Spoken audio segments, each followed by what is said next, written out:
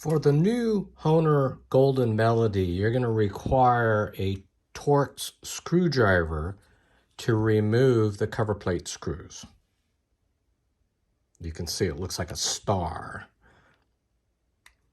I actually think this is a brilliant design.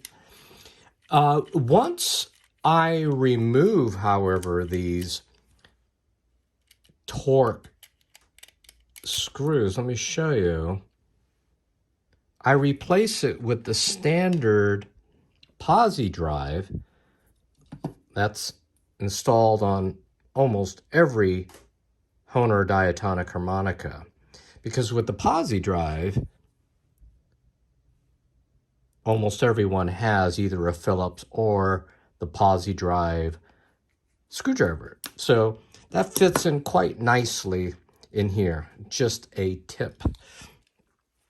All right, let's take care of this one over here.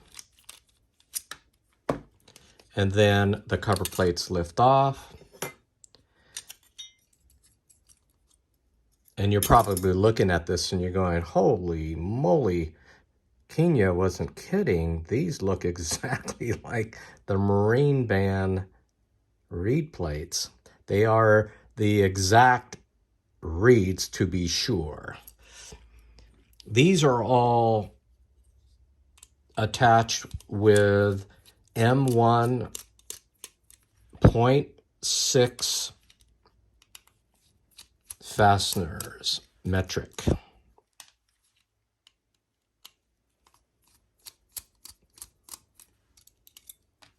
And for those of you who haven't seen the other videos, let me pause for just a moment because it's that important that you add this to your tool bench. This particular size works very, very well for cover plates and reed plates, made by WEHA. The Mercedes of screwdrivers.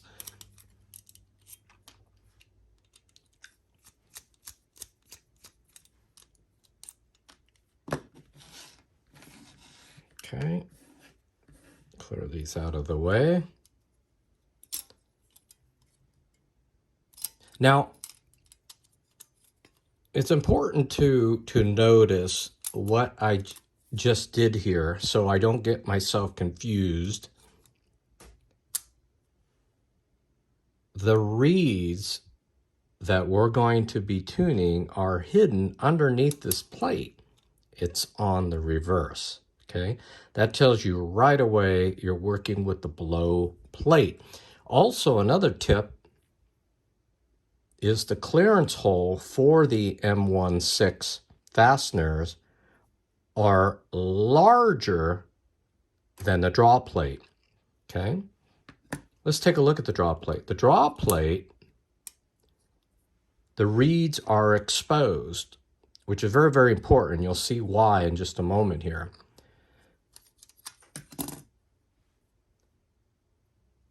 Each hole has threads in them. That's another tip that tells you if you get confused, like this, which one goes on the bottom, the reed, exposed, tapped holes, always on the bottom. For now, let's put this one aside. Now, in tuning, how we do it on the comb, let me get this one back here for just a moment, is without the fasteners, it's kind of jiggly and loose. So it's important that you index it, that you line it back up, and you pinch it like this. So we're going to be starting with hole number 1, which currently is at 0. That's our C. Let's double check. So I'm going to place this to my mouth and blow.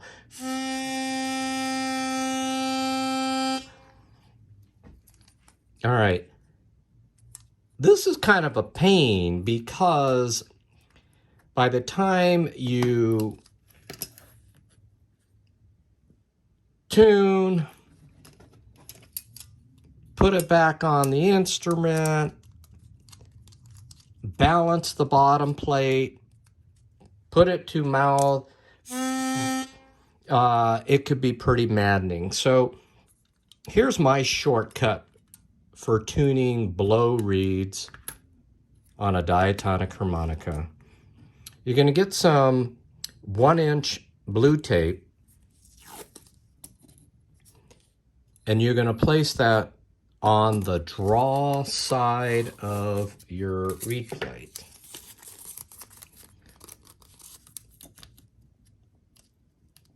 Okay, and just line it up to the front of the mouthpiece like that. Okay, so no light is going through. That means no air will be going through. So essentially what you just did is you created a little tuning table for yourself, and it's going to save you an awful lot of time. All right, so let me grab the blow plate again, like this. Oh, and also for those of you who have never tuned this way before, you're going to notice it's louder because you're getting 100% of your breath, just like on the tuning table, into that slot. Okay, so our recipe says hole number 1 is going to be 0, fine, which it is. And then hole number 2, reed number 2, blow, is supposed to be -14. Number 3 is going to be +2 sharp. So let's just start with the 1 again.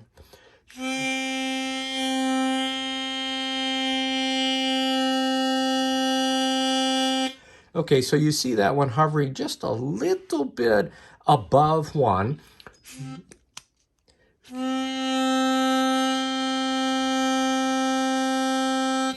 So I'm just going to do a little bit of adjustment, and I'll be switching with the different tools so you can see how they work. Now with the draw scraper, what's fantastic about this design is it's designed to remove metal from the side, upper corner of the reed.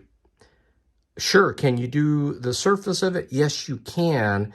But I'm a fan of, again, not upsetting the tension, the natural tension. Because remember, folks, it's just spring metal.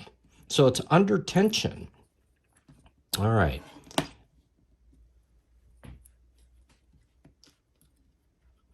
Okay, can you all see that right there? So I'm supporting my first number 1 reed, which look like this. I'm placing it on my work surface.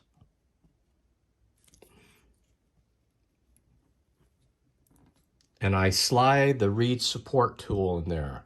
The reason why is because I'm going to be working on this side, and I don't want to push it inadvertently into the slot. So I need some resistance to work on this reed. Okay. Okay. So the reed was just a tad sharp. And remember the principles of tuning reeds. I want to go flat, so I need to stiffen the reed up. So I'm going to go to the back corner of the reed here. And I'm going to gently pull the draw scraper back towards me, and that's going to remove metal. Let's take a look.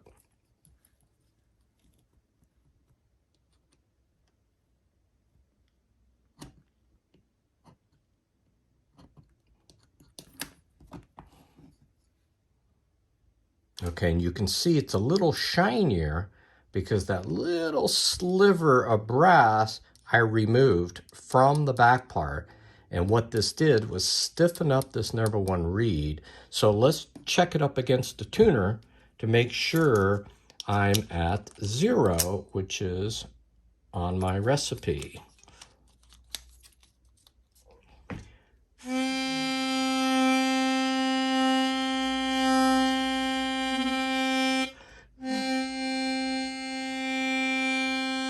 Okay, still bouncing a little bit, and you're going to get that, again, with breath pressure. There's going to be a little bobble there. Let me get it back into view. So now what I'm going to do, I like to make things even. I'm going to go to the other side and just draw a little bit more metal from, and because I drew on it and it's a little bit aspiration buildup, that weighs down the reed. So I want to go ahead and clear off any moisture.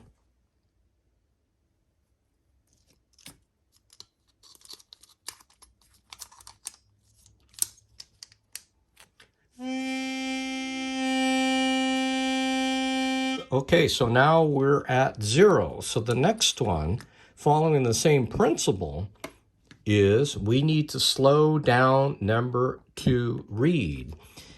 And so what my goal is I'm going to remove metal from the back of number 2 so I can slow it down and flatten it 14 cents.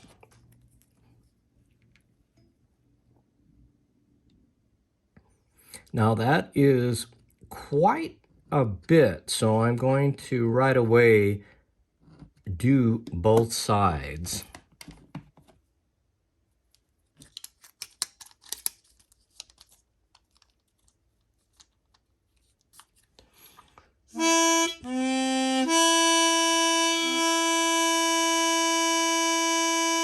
Okay, so and this is E.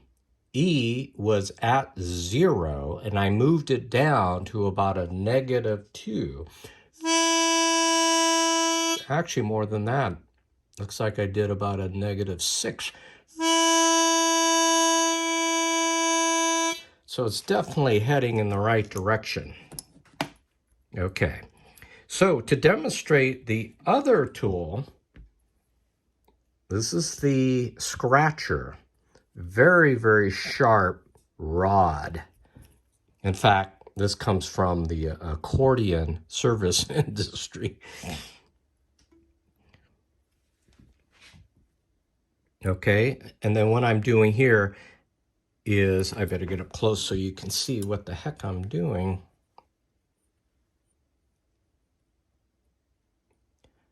Okay, you can see I'm pushing into it because I don't have the reed support. Let's see if I could do that held up to the camera. A little gymnastics here, but there you go. Okay, so I'm just pinching it.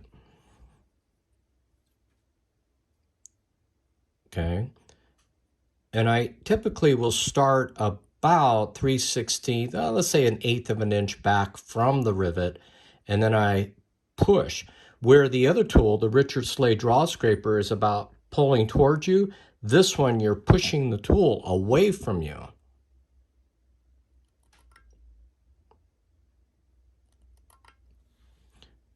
It's very hard to see, but it's a scratch. I can tell I remove metal. I'm going to plink it just to kind of, again, spring metal, folks, let it settle.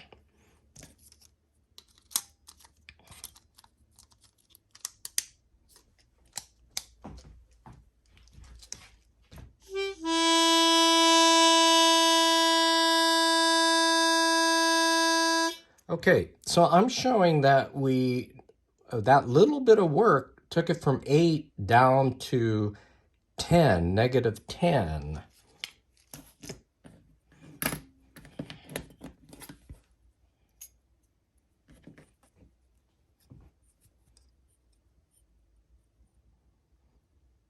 Okay, here's my starting point, and I'm going to push the tool to the back. Let me do another one. Here. Plink, place it back up onto the comb.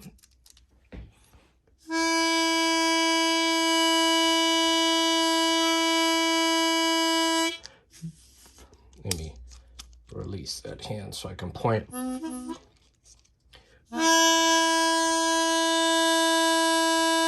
Okay, so I'm satisfied that we moved our second reed, which is the E flat, negative 14 cents. Let's go up to the G, which is our number 3 below. It tells me let's go 2 plus.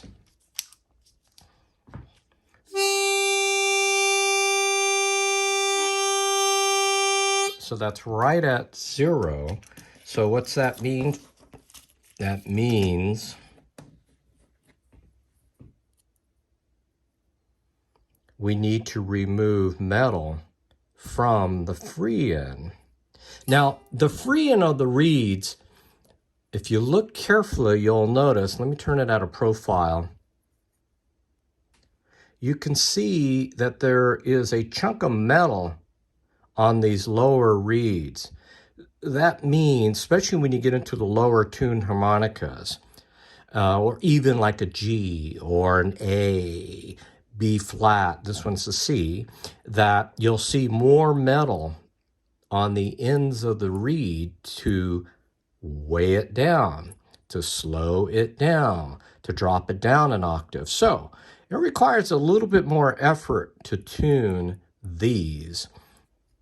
So my recipe says, hey, we want to raise reed number 3 by 2 cents sharp. So now I'm going to pull out the other, this one over here. This one's a mild grit sanding stick, which works really well. Some of you like to use files. I find files to be pretty brutal on the reeds. So I favor the sanding sticks. Now, when working with the sanding stick, you can see I'm supporting the free end of the reed, but I'm also, with my back finger over here, my middle finger here, I'm going to press it down a little bit. And the reason why is because I want to apply cross stroke, and I don't want to upset the pivot of this reed. And I'm just going to gently lay it flat to the surface of the reed and move it forward and back. And because this is essentially sandpaper, it cuts on the forward stroke and the back stroke, and that's why I'm doing both.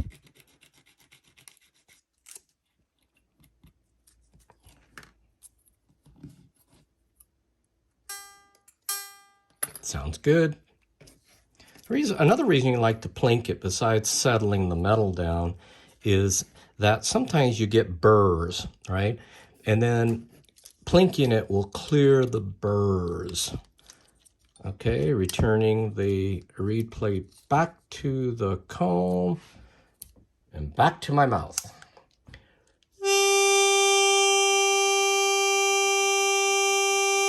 Okay, so you can see that it didn't take much, and I was able to shave just enough metal that I was able to hit +2. Let me do it again. Let's play it as a chord. Now that sounds really good to my ears.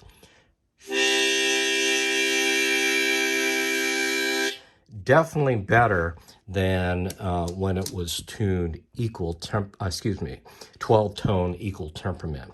Okay, and because of the short bandwidth we have on this channel, I'm not going to hold you to these other octaves, middle octaves and the upper octaves, you can see they're exactly the same. It's telling me, okay, on number 4, read 0.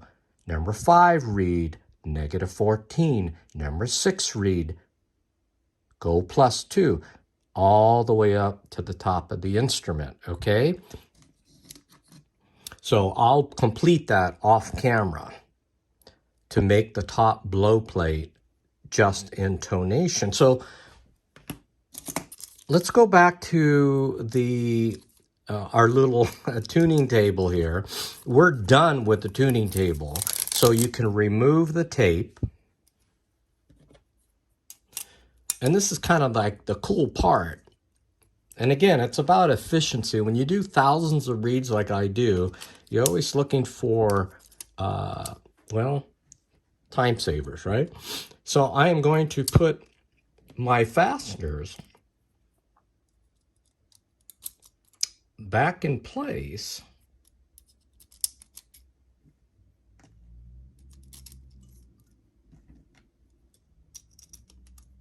For those of you watching and wondering, thinking HARPSMITH, hey man, you're not talking about embossing, you're not talking about 0 points, you're not talking about gapping.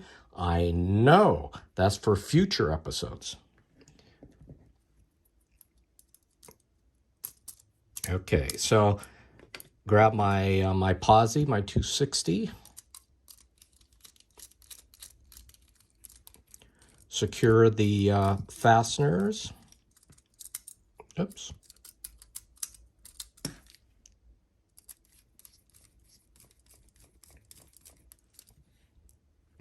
Okay, this is going to require me to mess up your view on the camera. Sorry about that. Okay, see, I wasn't lining up on the other side. Okay. Now everything indexes quite nicely. Many of you ask me, hey, what's the proper sequence to bolt down? Do I do the middle ones? Do I do the perimeter? Do I do the side? You know, as a mechanic and a fabricator, I've always on anything that I build, start with the middle. Typically, there's a some of the harmonica companies, for example, Suzuki, purposely puts a bow. You want to start at the base of the bow and move your way out.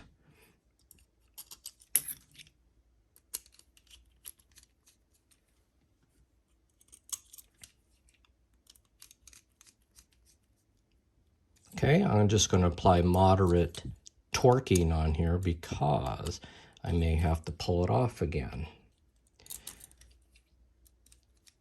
So it isn't the final torquing, but pretty darn close. Okay, so now I want to address 2, 3, 4, 5, and read number 6. And the reason why is because D, B, D, F, A, for us second position players, make up the G chord, super important G chord. But what's really neat about this is everything is bolted down now, and we can move quickly through the draw side because all the reeds are exposed. We don't have to pull it off and wiggle and jiggle and do all these gymnastics. Let me demonstrate. Okay, first, let me get a reading on that too. Okay, so that's hovering around 0, and it's telling me, well, look, you should really have that as a +2, okay? So you have to orientate your brain because the lower notes now are flipping over. They're going to show up on the right side. So you have to think backwards. Okay, so back to the draw scraper. Support the reed. And then I'm going to line up my tool on the weighted end, of, oops, I almost did the wrong read, on the weighted end of number 2, this one right here.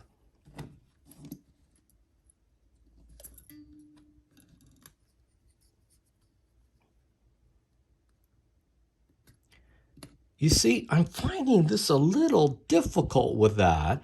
Now, there's a couple of strategies here. Number one, if you want to use the draw scraper or the scratcher,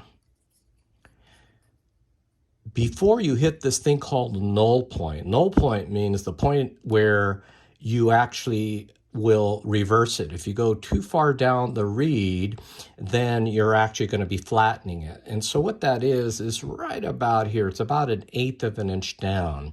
So I can actually, if I don't want to mess with the weighted end of the reed, I should actually start here and draw it towards me. Okay, and I better double check because it was close before.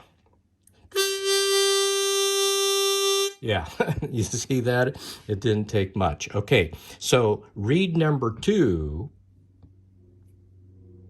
Oh, well, why didn't you tell me I wasn't working on 1? You see, that's going to happen. Hey, look, I thought we were friends. You're supposed to let me know so I don't look the fool. Okay. Now, what happens if you blow it by taking off too much metal from the wrong side? Well, that's no problem. Just think of it as a guitar player. You know, when you're tuning a guitar string, you have your nuts at the top and you tight, loosen, tight. So what that does is you're stretching the string, and you're essentially doing that. So when you're tuning the free end and the rivet end, you're stretching, you're sort of flossing the reed. There's nothing wrong with it. It's just kind of a bummer because if you're in a hurry, you now have to undo what you did. Okay, so I want to take my number 2 reed,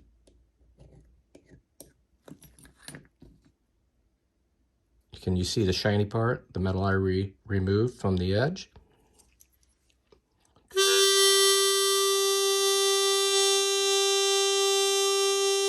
Okay, so now we're at 0. I'm ready to move on to the 3rd reed, which is the B.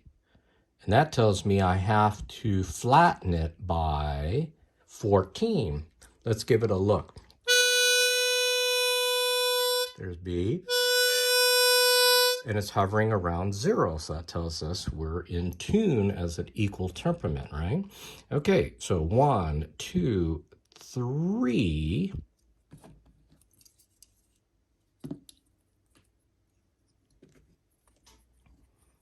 Okay, back to this tool.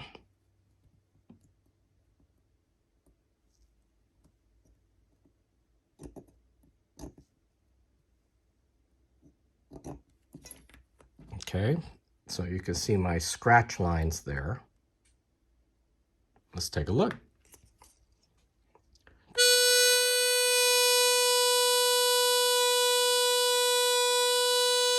Okay, that's hovering around 10, so I'm really, really close. So what that tells me is like, whoa. Okay, so be careful.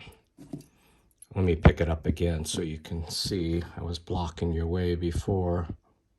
Okay, can you see that? Let me do 1. I'm just not too sure. Okay, so I'm there. So I'm going to stop. Again, folks, if you're viewing this and you're going, wow, that didn't take much to change. That's exactly my point. Knowing how much metal to remove from the free end or the rivet end is simply a matter of referring to your recipe. our treasure map, if you will.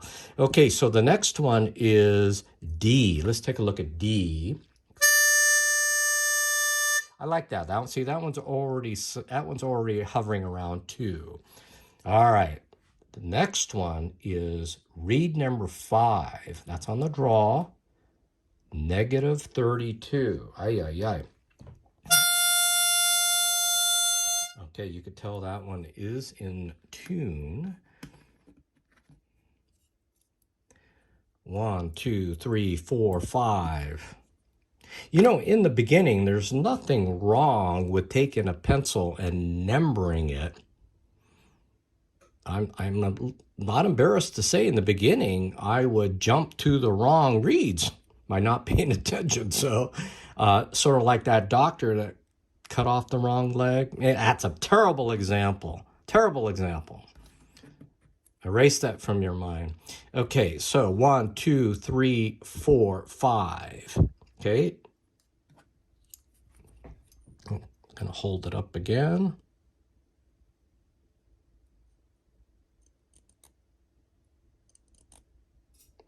Let's do 3 scratches because that's a lot, -13.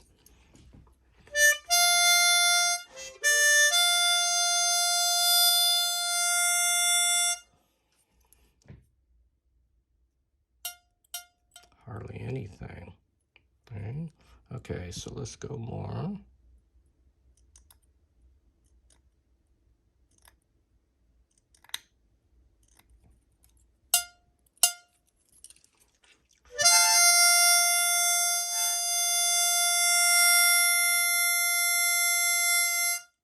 Okay, it's moving in the correct direction. Okay, so now what I'm going to do is I'm going to change gears just to show you the various tools. I'm going to go to the draw scraper, and this time, rather than remove metal from the edge of the back of the reed, I'm going to lay the draw scraper flat on the reed and pull back towards me. So I'm actually removing a larger swath of metal. Not my favorite thing to do. Why? Is because I'm always mindful of the tension, but I want to make the point and show you.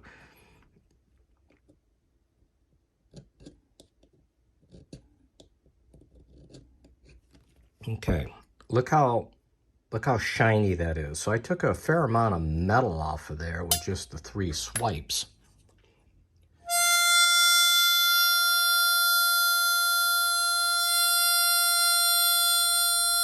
Okay, so now I'm down to 20. So see how that was? Okay.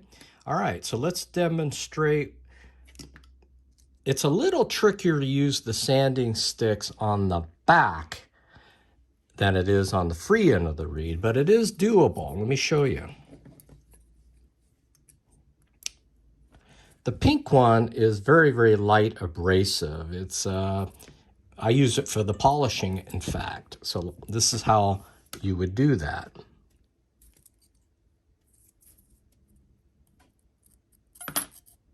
Oops. Pardon me for blocking your view, but I'm going to need to put this down. Let me see. Let me turn the camera, my angle to the camera. Okay. And these are flexible as well. See, look at this. So you can hold it farther back, like a set of chopsticks, and apply, depending on how close you are to the front, to the back, will determine the pressure of the sandpaper against the reed. And then you'll see it's quite shiny, like I indeed polished it.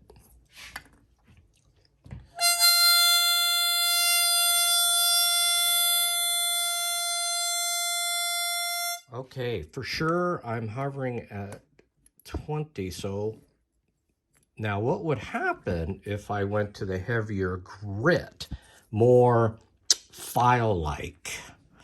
Well, let's see.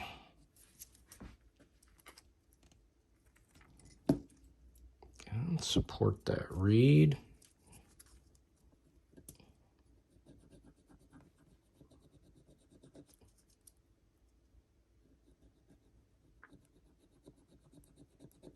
And what was interesting is with the pink one, because I polished it, I'm finding that this grittier one is kind of slipping. It's not grabbing because I made it so smooth.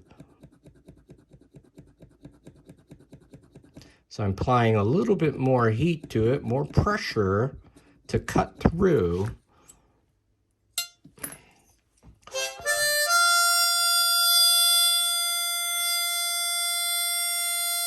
And you can see it dropping more and more and more, okay?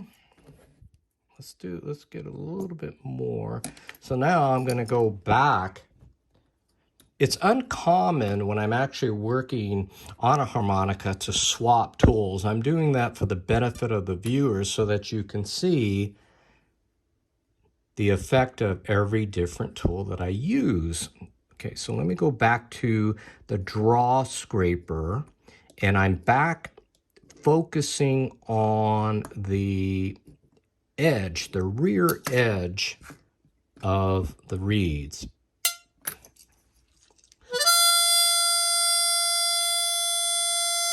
Okay, I'm there. Okay, and then the last note in my G chord, again, is G, B, D, F, A, will be 4, and the 4 is showing. That's actually looking pretty good right there. I'm not going to mess with that. Okay, one other final word, and this is that freaky phenomena that us harmonica players have to deal with, is cover plates will flatten your tuning a half, maybe a full cent, depending on your breath pressure. So keep that in mind. That's why for my customer harmonicas, I may start off on the tuning table, migrate to the comb, and then after I let the harmonica settle down, I'll do a final tuning in place with the cover plates. I know it sounds like a lot, but I'm kind of a nut that way when it comes to my harmonica tuning.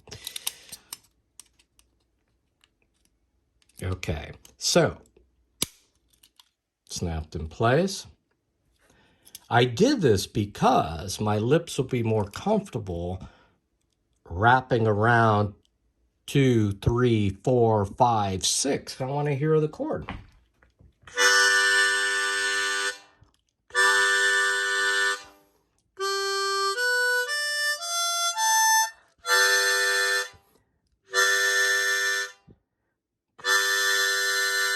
Not bad, not bad. So that's precisely what I was listening for, okay? And again, because of the limited time, you're not going to see me do the upper octave, but it's the same. Negative 14 on the B, plus 2 on the D, and then negative 13 on the F, and then plus 4 on the A. So this one is heading in a very, very good direction. So off camera, I'm actually going to finish this one and we'll play it later. So any diatonic harmonica can have their temperament changed. Today you saw how I changed the 12-tone equal temperament Golden Melody into a Just Intonation harmonica. Essentially, I turned the melody harmonica into a blues harmonica, the blues machine. Yes, I have gone the other way too. I've converted marine bands into melody maker type harmonicas. So long as you know what the recipe is, and then you understand the fundamentals of tuning, Remove metal from the free end to sharpen. Remove metal from the bass end to stiffen it and slow it down and make it go flat.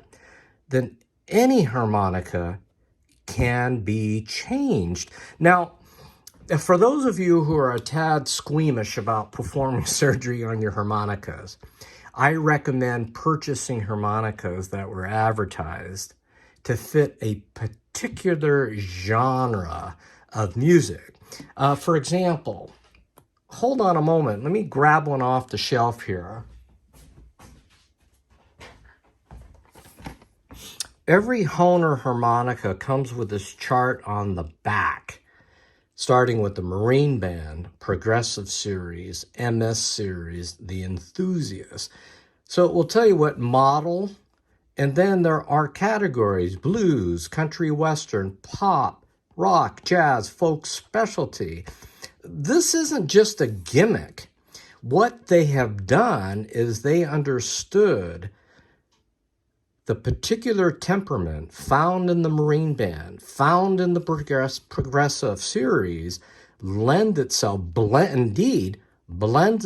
better to the various types of music. So they could have just as well said, hey, we're doing just intonation here. Hey, we're doing compromised just. Hey, over here, you get the point, okay? So for those of you who really aren't interested in working under the hood of your harmonica, these are fairly accurate.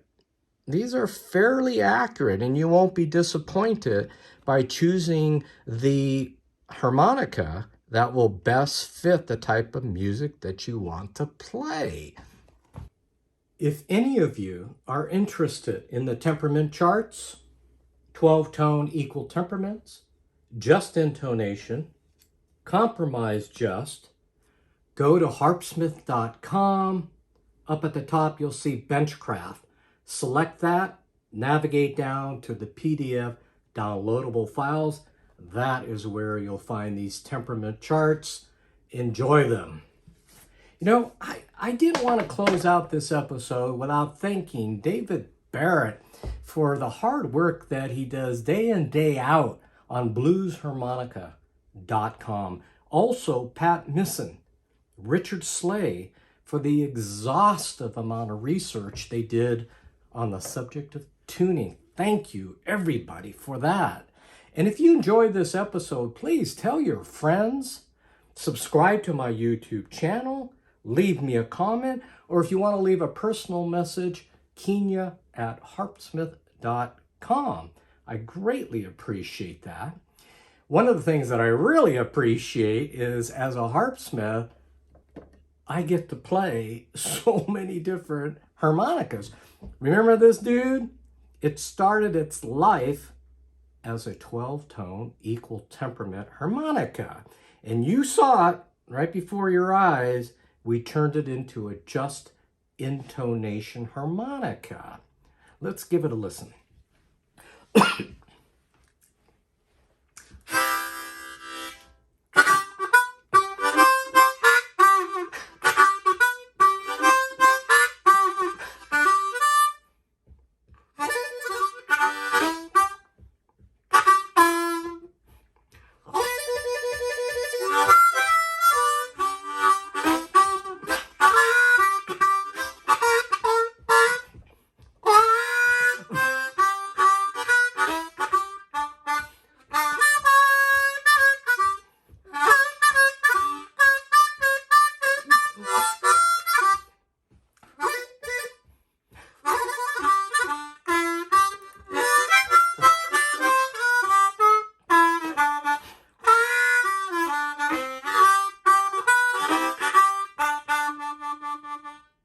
Remember, play the notes people want to hear.